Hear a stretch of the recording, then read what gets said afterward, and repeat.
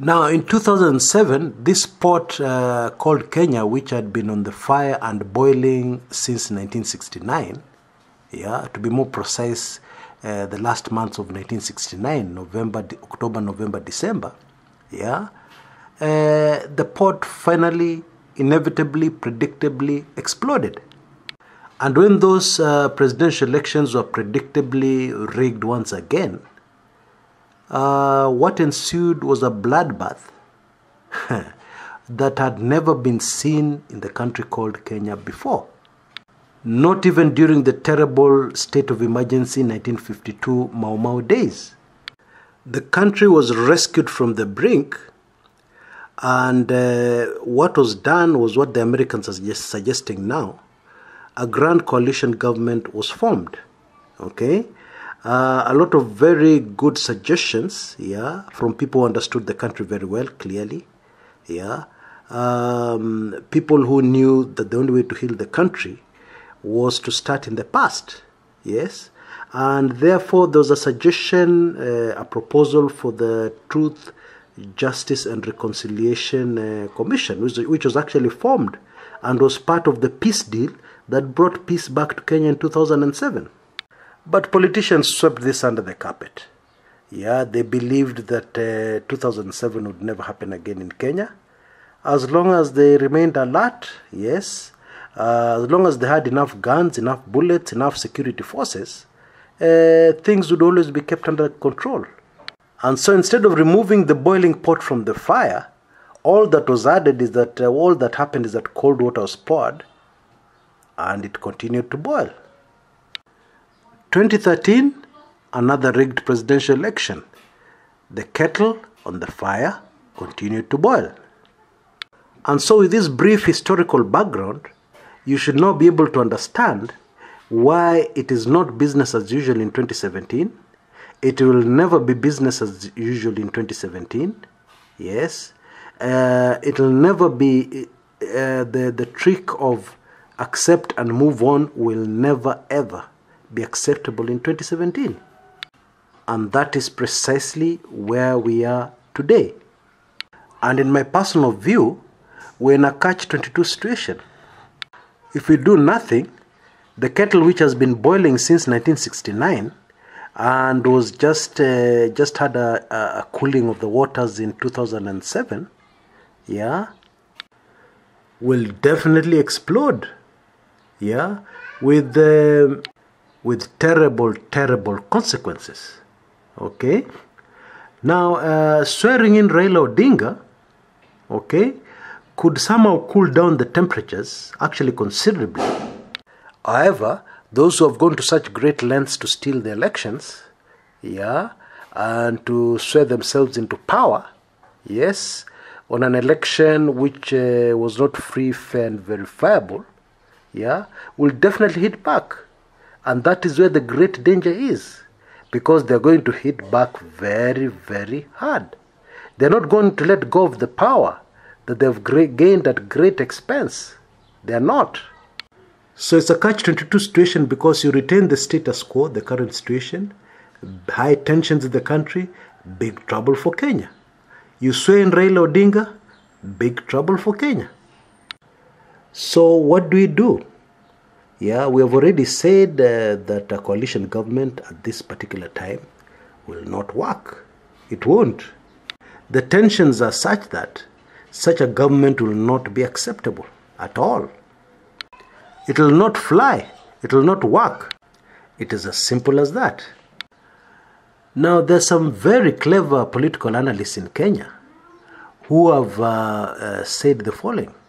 They have said that what Kenya now needs right now, the only thing that can save Kenya, is for somebody to find the reset button and press it pronto, like yesterday. Now, we all know what a reset button is.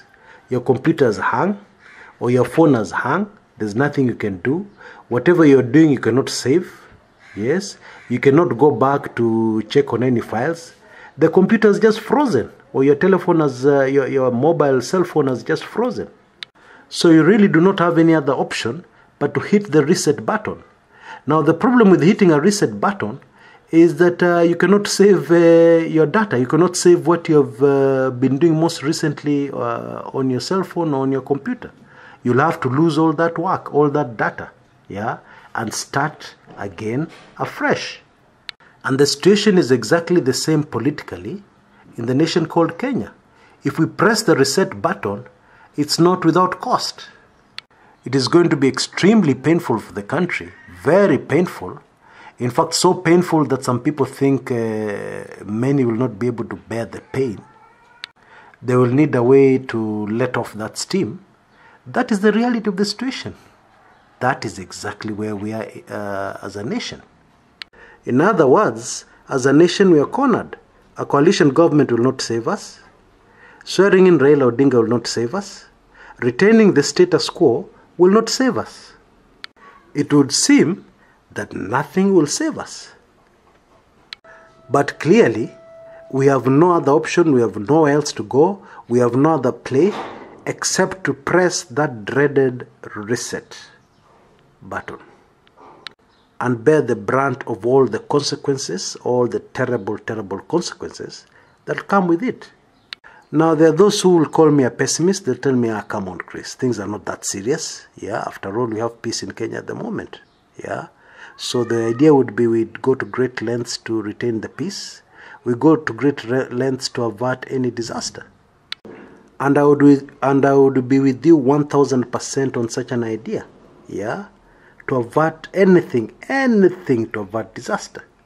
But sadly, because I have my hands very close to the pulse of Kenya, yes, I know what's happening on the ground, I know what people are feeling, I know what is erupting in Kenya at the moment. Unfortunately, it seems that train has already left the station. When the train has left the station, there's nothing you and I can do. How about negotiations? Well, we're in such a position that negotiations would have zero impact. Because for negotiations to work, each of the leaders, the leader of each of the respective sides, must have enough support in his corner from his, at least a part of his support base, to be able to make something like that viable. And as we can all see from the events rapidly unfolding in our country, that will never happen.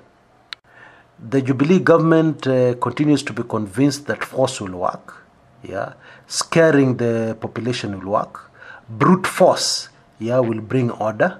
Yeah, that's the Jubilee government position. Supporters of NASA, the vast majority of the country, and also another group of people who are not even supporters of NASA, but are anti-government, will not be able to, we don't have them in large enough numbers to support any negotiation. It's a little late. It's too late, actually. It's very sad, but had we sat down before August 8th and had this discussion, would have averted disaster. Indeed, had we sat down after the annulled presidential elections of September 1st, presidential elections, if we had sat down after the 1st of September, there's a very high possibility that we would have been able to avert this disaster. But now in December, with all that is happening and all that is still unfolding, I fear that it is way too late. God have mercy on the nation called Kenya, and Lord, let your will be done over Kenya. Until next time, this is Chris Kumekucha.